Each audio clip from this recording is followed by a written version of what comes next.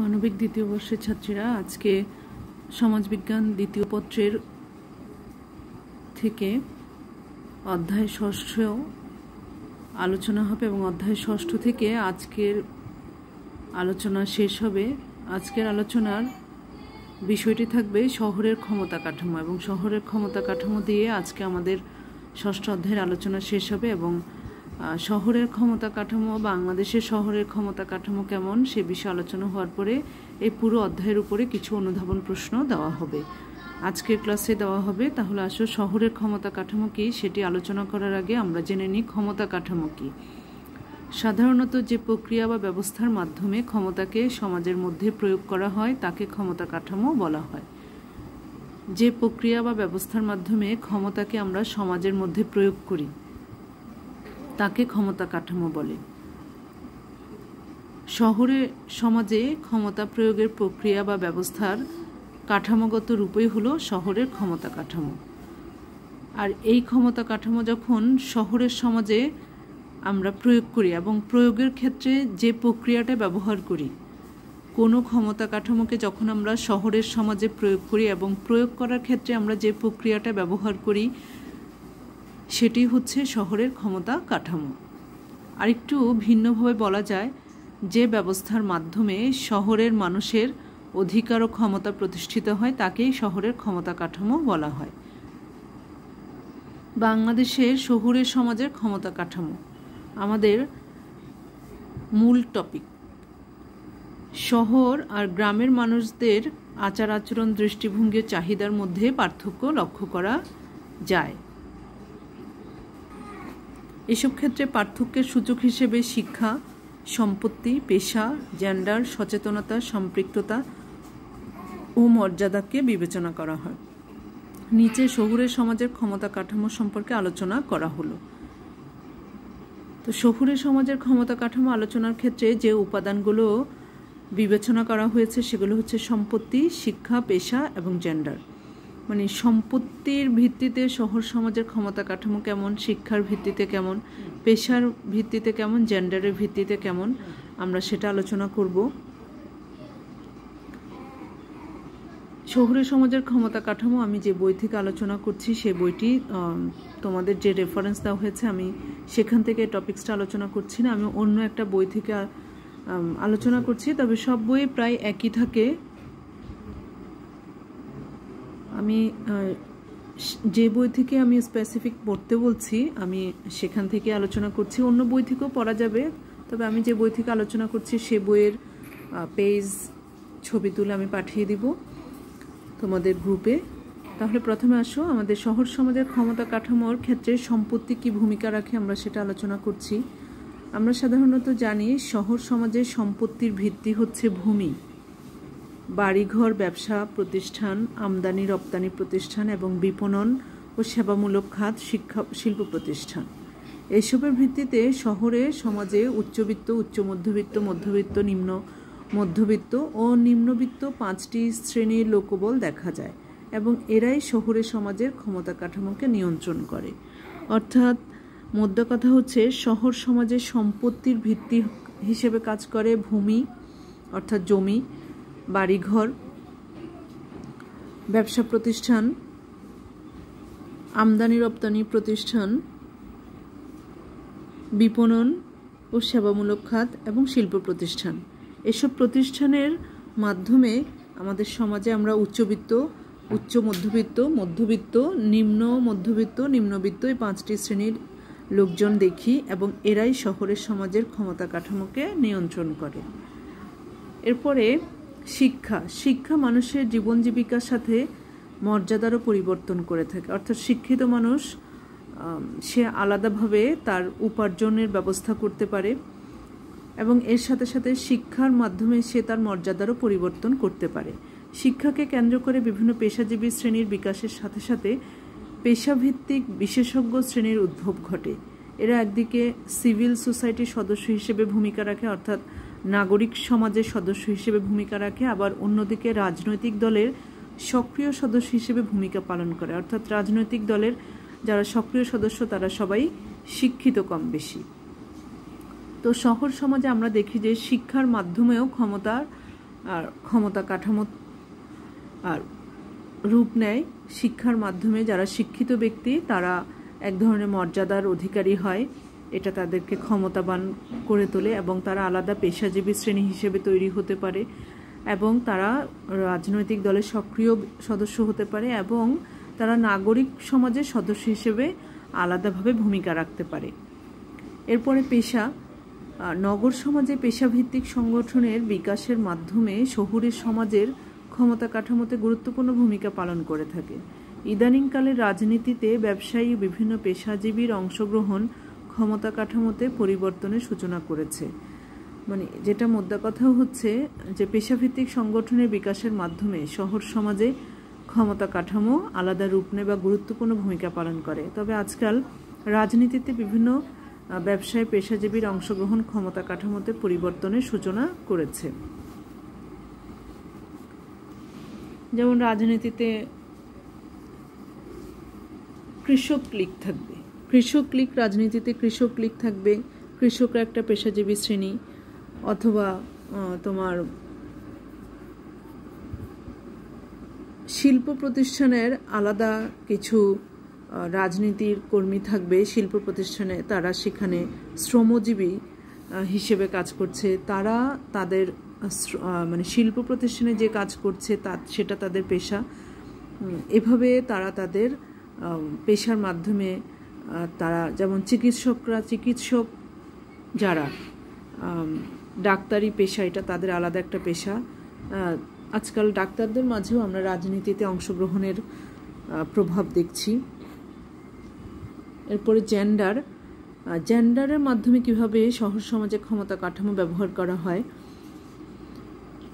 পুরুষতান্ত্রিক সমাজ ব্যবস্থায় বর্তমানে নারীদের সম্পৃক্ত করার মাধ্যমে রাজনীতিতে পরিবর্তনের সূচনা করা হয়েছে। নারীরা গৃহকর্মের সাথে সাথে বিভিন্ন পেশায় জড়িত হওয়ার প্রবণতা বৃদ্ধি পেয়েছে। ফলে বিভিন্ন গুরুত্বপূর্ণ ইস্যুতে তাদের সক্রিয় অংশগ্রহণ এবং পারিবারিক সিদ্ধান্ত গ্রহণেরও নারীদের শক্ত অবস্থান দেখা দিচ্ছে। অর্থাৎ আমরা সবাই জানি আমাদের সমাজ হচ্ছে পুরুষতান্ত্রিক সমাজ। এই পুরুষতান্ত্রিক সমাজে বর্তমানে নারীকে পুরুষতান্ত্রিক সমাজের সাথে সম্পৃক্ত করা হচ্ছে এবং এই সম্পৃক্ততার পাশাপাশি নারী তার গৃহের কর্মের পাশাপাশি বিভিন্ন পেশায় জড়িত হচ্ছে এবং বিভিন্ন পেশায় জড়িত হওয়ার পাশাপাশি বিভিন্ন গুরুত্বপূর্ণ ইস্যুতেও তারা অংশগ্রহণ করছে এবং পারিবারিক বিভিন্ন সিদ্ধান্ত গ্রহণেও নারীদের শক্ত অবস্থান দেখা দিচ্ছে। অর্থাৎ নারীর ক্ষমতায়ন বেড়ে গিয়েছে।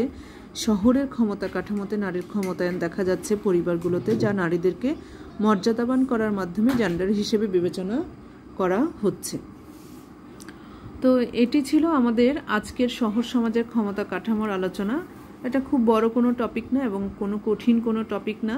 হয়তো কখনো উদ্দীপকে শহর সমাজের ক্ষমতা কাঠামো নিয়ে আলোচনা করার ক্ষেত্রে উদ্দীপকে ক্লু দেওয়া হবে সম্পত্তি এবং শিক্ষা নিয়ে, এবং সেখানে সম্পত্তির কথা শহর সমাজের আদলে দেওয়া হবে। শিক্ষার নিয়ে যদি শহর সমাজের ক্ষমতা কাঠামো বলা হয়, শিক্ষার ইঙ্গিতটাও শহর সমাজের শিক্ষা কিভাবে ক্ষমতা কাঠামোর প্রভাব বিস্তার করে সেরকম কোনো ইঙ্গিত দেওয়া হবে। ঠিক তেমনি পেশাও, ঠিক তেমনি জেন্ডারও। তবে সবচেয়ে বেশি সম্পত্তি, শিক্ষা এবং জেন্ডারের উপরে দিয়ে থাকে, এই তিনটি জিনিসের উপরে। তাহলে আজকে আমাদের ষষ্ঠ অধ্যায়ের শেষ টপিকস আলোচনা হলো। এরপর আমরা ষষ্ঠ অধ্যায়ের কিছু অনুধাবন প্রশ্ন রেডি করেছি, তোমরা সেগুলো দেখার চেষ্টা করো। ষষ্ঠ অধ্যায়ের অনুধাবন প্রশ্ন আমি এগুলো ছবি পাঠাবো, তারপরও ভিডিওতে একটু রাখার চেষ্টা করেছি। ষষ্ঠ অধ্যায়ের অনুধাবন প্রশ্ন কয়টি রাখা হয়েছে দেখো, 1, 2, 3, 4, 5, 6, 7, 8 পুরো ষষ্ঠ অধ্যায়ের উপরে এই অনুধাবন প্রশ্নগুলো রাখা হয়েছে। এগুলো যে কোনো বইয়েই পাবা, কোনো সমস্যা নাই। যদি কেউ না পেয়ে থাকো কোনো বইয়ে তাহলে আমাকে জানাবা, আমি দিয়ে দিব। আমি চেক করব যে এখান থেকে কোন জিনিসটা তোমাদেরকে যে রেফারেন্স বই দেওয়া হয়েছে এই কোয়েশ্চেনগুলোর ভিতরে কোনটা নাই, যেটা থাকবে না সেটা আমি, আমার কাছে বেশ কিছু বই আছে, আমি সেখান থেকে আমি ছবি তুলে পাঠিয়ে দিব। আমি আজকে প্রশ্ন দিলাম। এরপরে আজকে আমরা নবম অধ্যায় নিয়ে আলোচনা করব। তোমাদের পরিবর্তিত সিলেবাসের শেষ, মানে সমাজবিজ্ঞান দ্বিতীয় পত্রের শেষ অধ্যায় হচ্ছে নবম অধ্যায়। আমরা নবম অধ্যায়টা আলোচনা আজকে শুরু করব। নবম অধ্যায়ের প্রথম যে টপিক সেটি দিয়ে আমরা আজকে নবম অধ্যায়ের আলোচনা শুরু করছি। ছাত্রীরা তোমরা দেখতে পাচ্ছ আমরা নবম অধ্যায়ের উপরে আলোচনা শুরু করছি আজকে। তো আজকের আলোচ্য বিষয় থাকবে জনসংখ্যা সমস্যার ধারণা, কনসেপ্ট অফ পপুলেশন প্রবলেম, বাংলাদেশে জনসংখ্যা সমস্যার কারণ, causes of population problem in Bangladesh.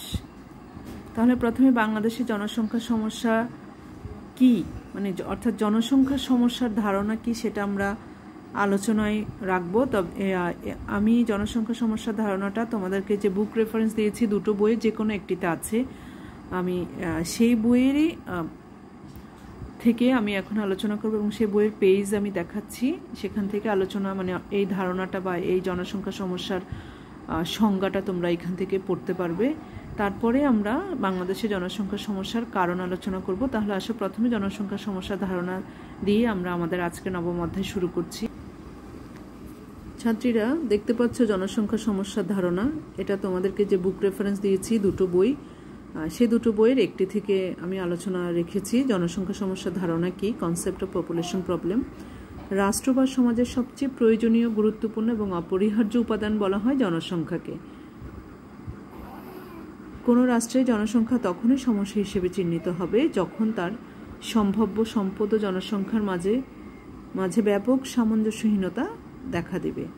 অর্থাৎ কোনো জনসংখ্যা কোনো রাষ্ট্রে তখনই সমস্যা হিসেবে চিহ্নিত করা হয় যখন তার সম্ভাব্য সম্পদ, অর্থাৎ কোনো রাষ্ট্রের যতটুকু সম্পদ আছে এবং যতটুকু জনসংখ্যা আছে তার মাঝে যদি ব্যাপক সামঞ্জস্যহীনতা দেখা দেয়। অর্থাৎ সম্পদের তুলনায় যদি জনসংখ্যা বেশি হয়ে যায় তখনই তোমার সামঞ্জস্যহীনতা দেখা দেবে এবং তখনই সেই জনসংখ্যা সমস্যা হিসেবে চিহ্নিত করা হয়। এরপরে ছাত্রীরা দেখো, আমরা অর্থাৎ থেকে আলোচনা করছি। যদি কোনো দেশের জনসংখ্যা সে দেশে প্রাপ্ত সম্ভাব্য সম্পদের তুলনায় অনেক কম হয় এবং জনসংখ্যার স্বল্পতার জন্য দেশের প্রতিরক্ষা উৎপাদন ব্যবস্থা বাধাগ্রস্ত হয়, তবে সেখানে স্বল্প জনসংখ্যা সমস্যা বিদ্যমান থাকে। স্বল্প জনসংখ্যা সমস্যা বলা হয়, অর্থাৎ জনসংখ্যা সম্পদের তুলনায় অনেক কম হয়। আমরা একভাবে জনসংখ্যা সমস্যা বলি, সম্পদের তুলনায় যদি জনসংখ্যা বেশি হয় তাহলে সেটা জনসংখ্যা সমস্যা। আর যদি দেশে প্রাপ্ত সম্পদের তুলনায় জনসংখ্যা অনেক কম হয় তখন সেটাকে আমরা জনসংখ্যার স্বল্প জনসংখ্যা সমস্যা বলি। দুটো কিন্তু দুই কথা, একটা জনসংখ্যার সমস্যা আর একটা স্বল্প জনসংখ্যা সমস্যা। জনসংখ্যা সমস্যা হচ্ছে, আমি আবার বলছি, কোনো দেশের বা রাষ্ট্রের প্রাপ্ত সম্পদের তুলনায় যদি জনসংখ্যা অনেক বেশি হয় তখন সম্পদ এবং জনসংখ্যার মাঝে সামঞ্জস্যহীনতা তৈরি হয়, তখন সেই জনসংখ্যাকে জনসংখ্যা সমস্যা বলা হয়। আর স্বল্প জনসংখ্যা সমস্যা হচ্ছে কোনো দেশের সম্পদের তুলনায় যদি সে দেশের জনসংখ্যা অনেক কম হয় তখন যে সামঞ্জস্যহীনতা দেখা দেবে বা উৎপাদন বাধাগ্রস্ত হবে, দেশের প্রতিরক্ষা বাধাগ্রস্ত হবে, তখন সেটাকে স্বল্প জনসংখ্যা বলা হয়। এরপরে দেখো, আমি থার্ড ব্র্যাকেট দিয়ে কিছু আন্ডারলাইন করে রেখেছি। কোনো দেশের জনসংখ্যা যদি সে দেশে প্রাপ্ত বা সম্ভাব্য সম্পদের তুলনায় অনেক বেশি হয়ে জাতীয় উন্নতি অগ্রগতিকে ব্যাহত করে তবে তাকে জনসংখ্যা স্ফীতি বা অধিক জনসংখ্যা সমস্যা বলা হয়। অর্থাৎ ওই প্রথমে আমি যেটা বলেছি, কোনো দেশের সম্ভাব্য সম্পদের তুলনায় যদি সে দেশের জনসংখ্যা অনেক বেশি হয় এবং সেই দেশের জাতীয় উন্নতি অগ্রগতিকে ব্যাহত করে বা বিনষ্ট করে, সেটাকে আমরা অধিক জনসংখ্যা সমস্যা বলি বা জনসংখ্যা স্ফীতি বলি বা জনসংখ্যার সমস্যাও বলতে পারি।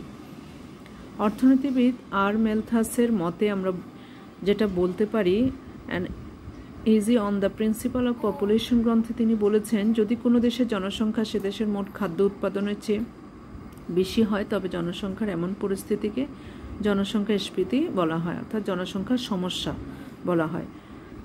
সবশেষে যেটা বলতে পারি, মাত্রা অতিরিক্ত জনসংখ্যা কোনো দেশের উন্নয়ন অগ্রগতিকে মারাত্মকভাবে ব্যাহত করে, তাই বিশ্বের অনেক দেশ এটিকে একটি জাতীয় সমস্যা হিসেবে চিহ্নিত করে তা মোকাবিলা করার চেষ্টা চালিয়ে যাচ্ছে। পাশাপাশি জনসংখ্যাকে শিক্ষা প্রশিক্ষণের মাধ্যমে মানব সম্পদে রূপান্তরিত করে উন্নয়নের কাজে লাগানোর উদ্যোগ গ্রহণ করেছে।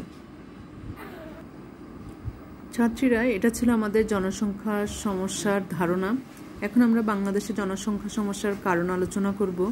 আমি কিছু পয়েন্ট আলাদা করেছি, দুটো বই থেকে আমি পয়েন্ট নিয়ে একসাথে লিখেছি। বাংলাদেশের জনসংখ্যা সমস্যার কারণের যে পয়েন্ট আউট করেছি সেগুলো পয়েন্ট আউটগুলো আলোচনার আগে আমরা সংক্ষিপ্তভাবে কিছু বলতে চাই। যেমন বাংলাদেশের আয়তনের তুলনায় জনসংখ্যার ঘনত্ব খুবই বেশি। এদেশে জনগণের জীবনযাত্রার মান খুবই নিম্নমানের, কারণ দেশের সম্পদ ও জনগণের আয়ের সাথে ব্যয়ের রয়েছে তোমার আকাশ পাতাল অসঙ্গতি। বাংলাদেশের জনসংখ্যাকে সমস্যা হিসেবে বিবেচনা করে নিম্নোক্ত কারণগুলো চিহ্নিত করেছেন বিভিন্ন সমাজবিজ্ঞানী, বা তোমরা পড়তে পারো, কারণগুলো চিহ্নিত করা হয়েছে। এখন আসো বাংলাদেশের জনসংখ্যাকে যে আমরা সমস্যা বলি, কেন সমস্যা বলি, কি কারণে সমস্যা বলি, আমরা সে কারণগুলো দেখছি। জনসংখ্যা সমস্যার কারণ, আসো আমরা কারণগুলো একে একে দেখে নিই, তারপর আলোচনা করব।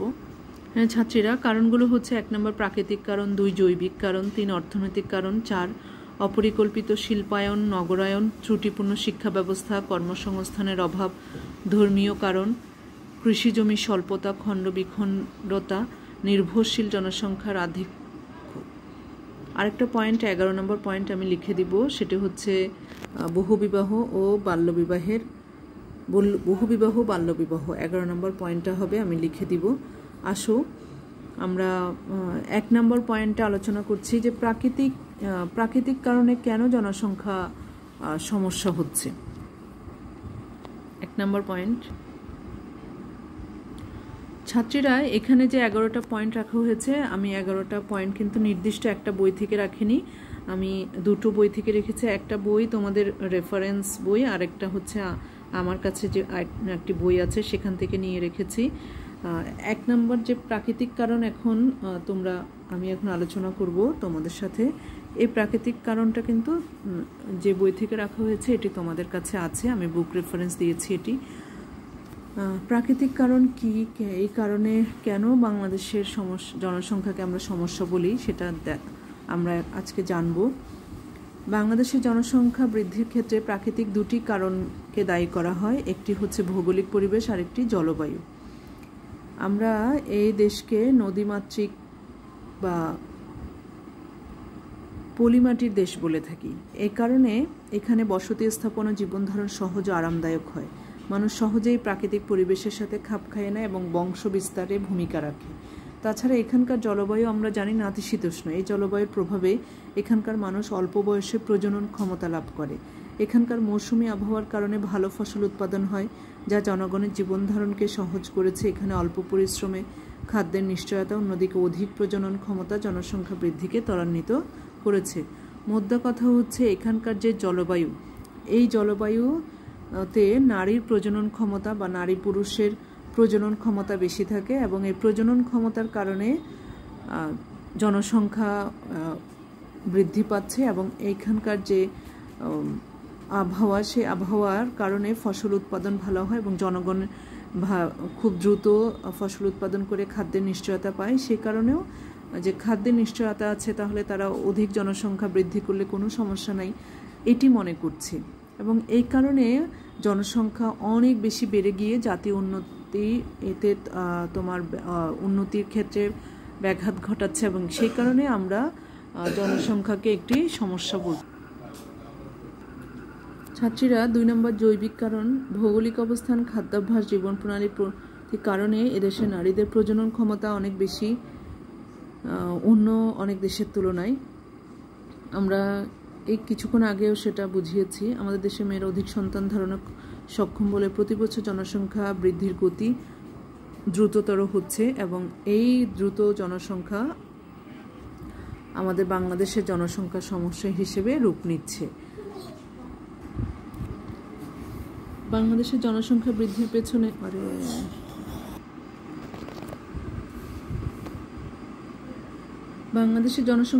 পেছনে বিভিন্ন অর্থনৈতিক কারণ রয়েছে। আমরা জানি এদেশের শতকরা 80% মানুষ কৃষিকাজের সাথে জড়িত থাকে, সেটাও আমাদের জানা আছে। এই কৃষিকাজে অধিক লোকের প্রয়োজন হয়, ফলে কৃষিভিত্তিক পরিবার কাঠামোয় অধিক সংখ্যক সদস্য আমরা দেখি।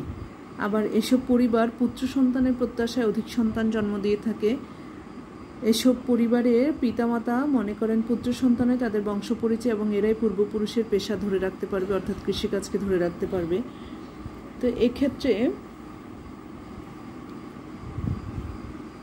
তো তোমার কৃষিকাজ হচ্ছে আমাদের অর্থনীতির একটা দিক, ভিত্তি। তো এই কৃষিকাজকে কেন্দ্র করে যে জনসংখ্যা যেভাবে বাড়ানো হচ্ছে এবং কৃষি ভিত্তিক পরিবারগুলো তাদের পরিবারে জনসংখ্যা বাড়াচ্ছে এবং বিশেষ করে পুত্র সন্তান কামনা করতে গিয়ে আরও বাড়াচ্ছে, কারণ পুত্র সন্তান জমির কাজে বা কৃষিকাজে তাদেরকে সহায়তা করবে পরিবারকে, সে কারণেও জনসংখ্যা বেড়ে যাচ্ছে। এটা একটা অন্যতম কারণ। আমরা অর্থনৈতিক কারণে 3 নম্বর অর্থনৈতিক কারণের জায়গায় আমরা এটা লিখতে পারি যে কৃষিভিত্তিক পরিবার। কৃষিভিত্তিক, যদি আমরা 3 নম্বরে অর্থনৈতিক কারণ না লিখি, আমরা যদি বলি কৃষিভিত্তিক পরিবার, তাহলে আমাদের একটা পয়েন্ট হবে। আমরা এখানে কৃষিভিত্তিক পরিবারের মাধ্যমে কিভাবে জনসংখ্যা বাড়ছে আমরা সেটা বলতে পারি, এবং সেটাই সমস্যা হচ্ছে। তারপরে এরপরে আমরা আরেকটা পয়েন্ট অর্থনৈতিক কারণের ক্ষেত্রে আমরা ধরতে পারি। অর্থনৈতিক কারণের পেছনে যেটা আমরা বলি, আমাদের দেশের অনেক জনগণ আছে, জনসংখ্যা অনেক বেশি এবং মোট জনসংখ্যার অর্ধেক নারী আমরা জানি।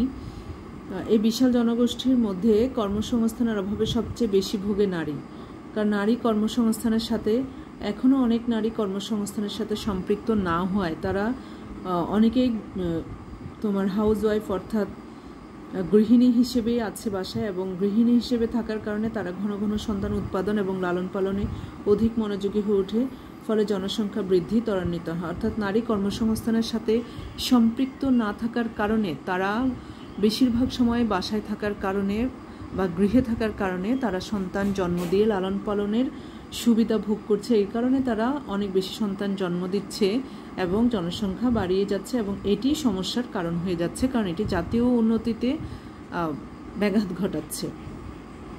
তাছাড়া দেশের অধিকাংশ মা বাবা মনে করে যে বৃদ্ধ বয়সের সন্তানরাই তাদের দায়িত্ব গ্রহণ করবে।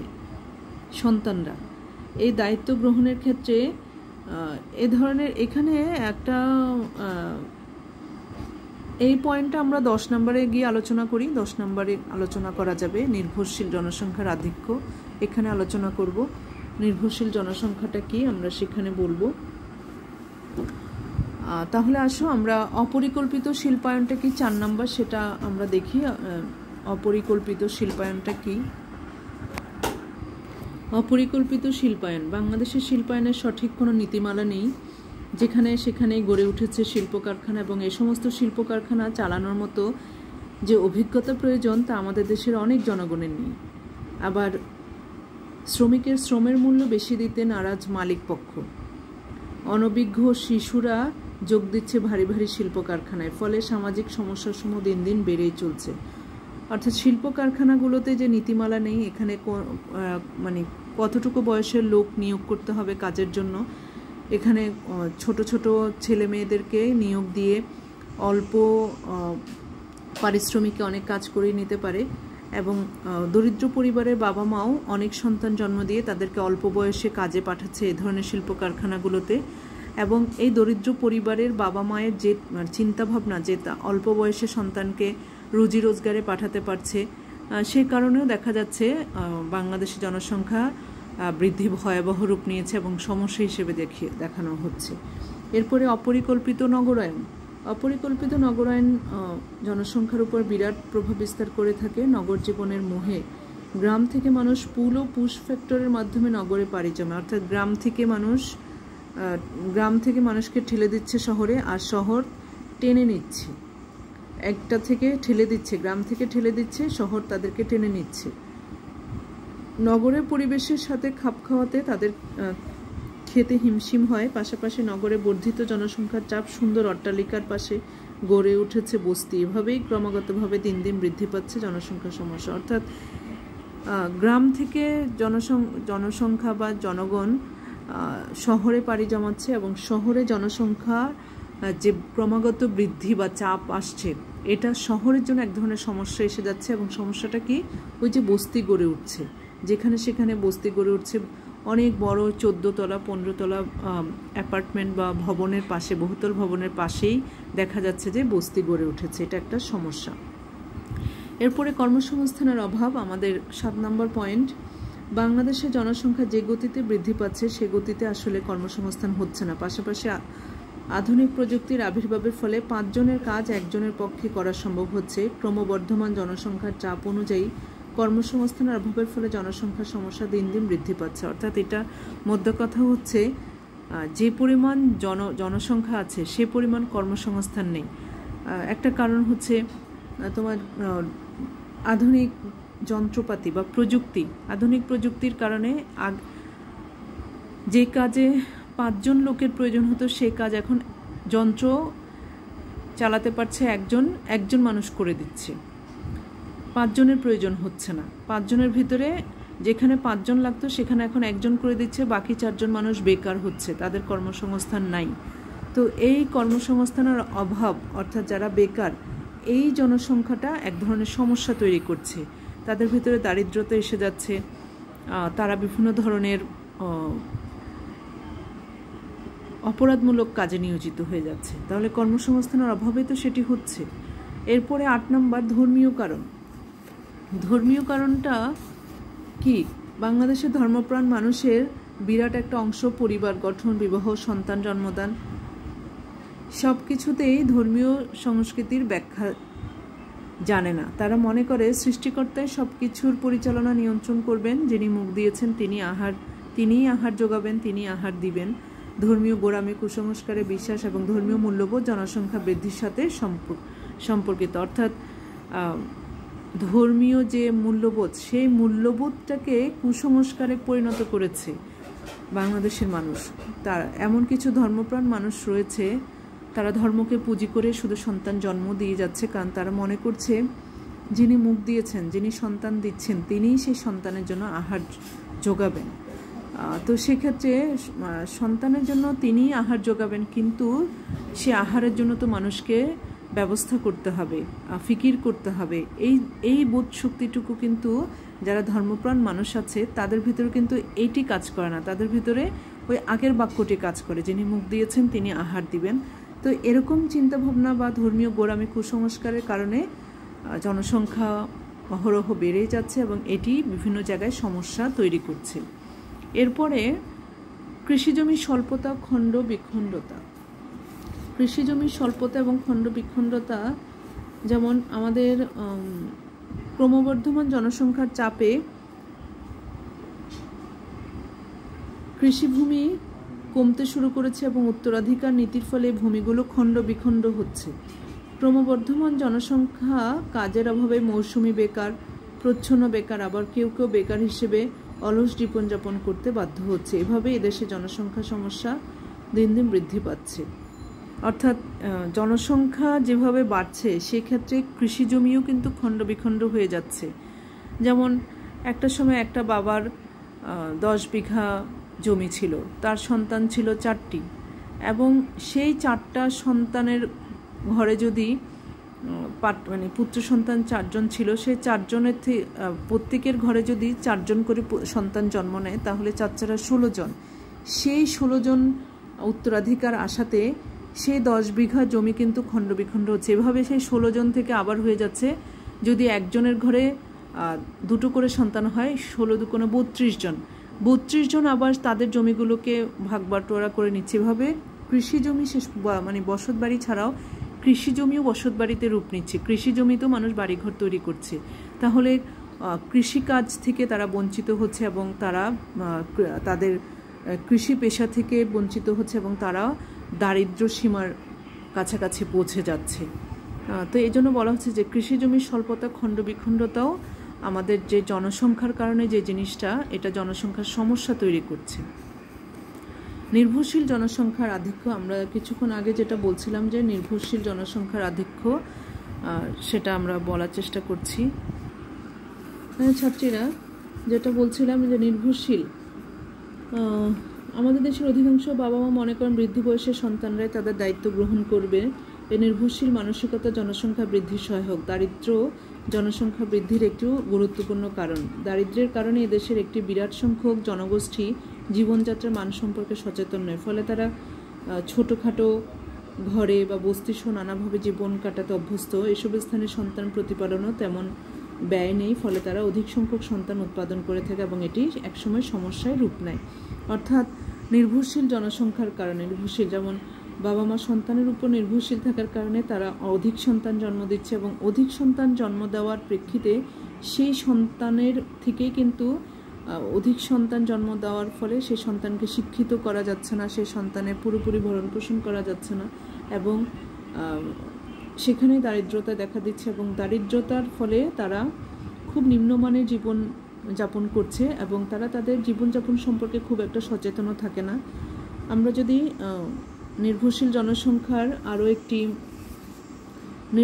জনসংখ্যার আধিক্যকে আমরা আরও একটি কারণে বলি, আমাদের দেশে নির্ভরশীল জনসংখ্যা শিশুরাও আছে। বাবা মারা সন্তানের উপর নির্ভরশীল থাকার কারণে সন্তান জন্ম দিয়েছে এবং শিশুরাও কিন্তু নির্ভরশীল।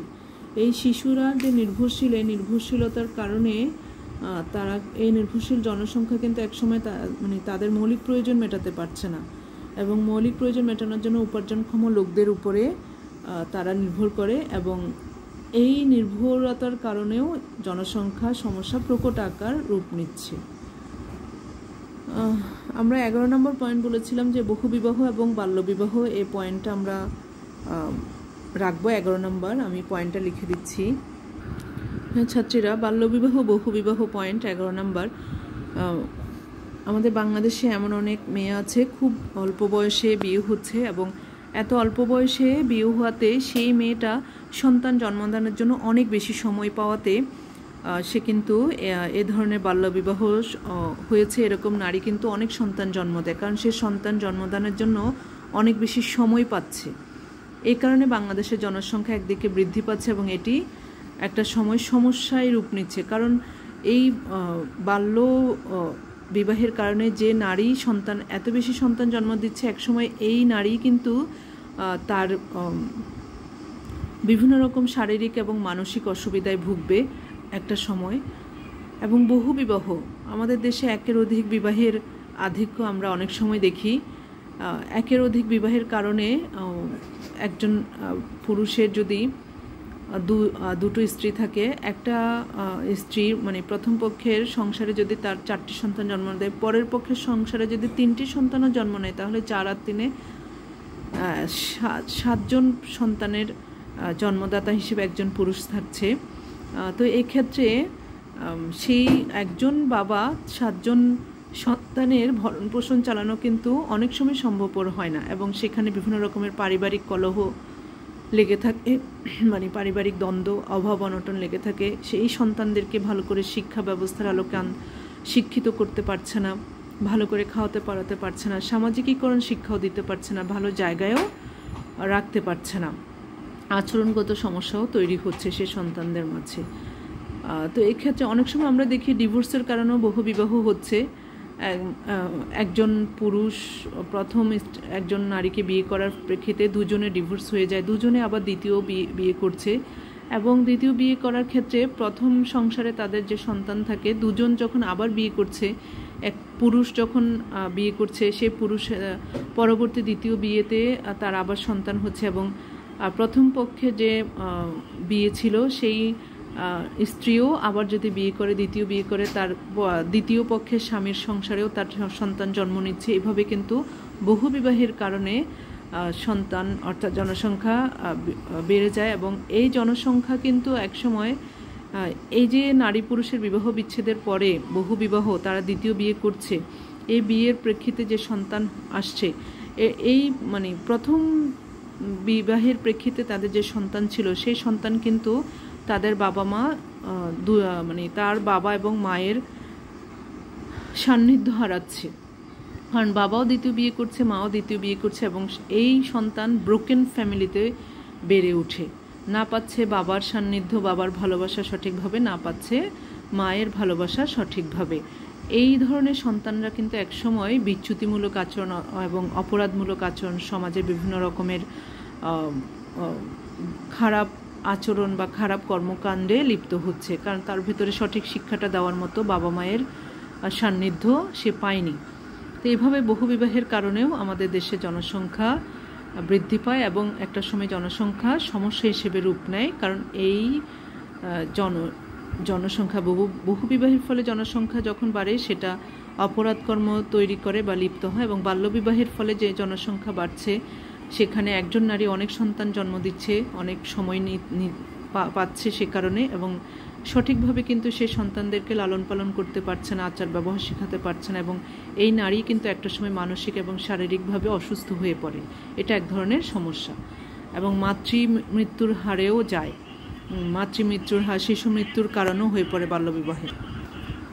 ছাত্রীরা, তাহলে আজকে আমরা আমাদের ক্লাস এখানে শেষ করছি। সবাই ভালো থাকবে। আমি ছবি পাঠিয়ে দিব পয়েন্টগুলো, এখানে বেশ কয়েকটা পয়েন্টের উপরে উদ্দীপক হয়। ঠিক আছে, আল্লাহ হাফেজ। পরবর্তী ক্লাস আপলোড পর্যন্ত সবাই ভালো থাকবে।